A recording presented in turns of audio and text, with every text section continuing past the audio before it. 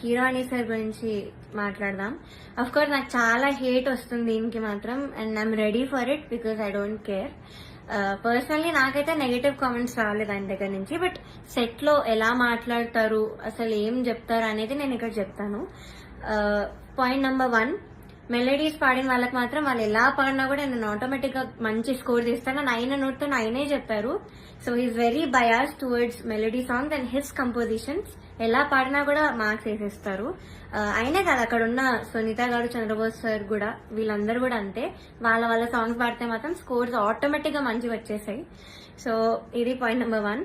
Point number 2 is very very hurtful to me personally because నేను eliminate అయ్యే episode లోనే ఏదో విషయంలో నన్ను చూస్తూ చెప్పారు ఇది కూడా. సో ద థింగ్ ఇస్, నేను మీ అందరికీ తెలుసు సూపర్ సింగర్ లో నా ఫైనాన్షియల్ సిచ్యువేషన్ గురించి కానీ అంతా బయట పెట్టాను. సో దానివల్ల నేను కొన్ని వెడ్డింగ్ షోస్ అలాంటివి చేయాల్సి వచ్చింది. సో ఈ పాయింట్ మీద సార్ మాట్లాడారు. ఏమన్నారంటే అసలు వెడ్డింగ్ షోస్ చేసేవాళ్ళు నా దృష్టిలో సింగర్సే కాదు, నాకు చాలా అసహ్యం, it's like you're disrespecting music అని ఈ మాట అన్నారు. చాలా చాలా బాగా అనిపించింది. అదేంటి అంత స్టేజ్ లో ఉన్నాయని ఇలా మాట్లాడారేంటి అని. సో ఇదొకటి, నన్ను చూస్తూ మాట్లాడారు ఇంకా. So it was very hurtful. Point number 3, so third వచ్చిన వాళ్ళకి ఆయన 1 lakh ఇస్తా అని చెప్పారు. 4th ప్రైజ్ వాళ్ళకి మూవీలో సాంగ్, అండ్ 5th ప్రైజ్ వాళ్ళకి ఆయన గ్రూప్ లో చేర్చుకుంటామని చెప్పారు సార్.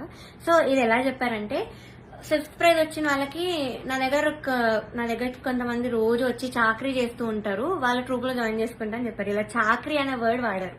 అంటే ఇది డిస్రెస్పెక్ట్ఫుల్ కాదా? So this was very very bad. అంటే అలా అనకూడదు సింగర్స్, ఇలా చాకరీ చేసిపోతారు, నన్ను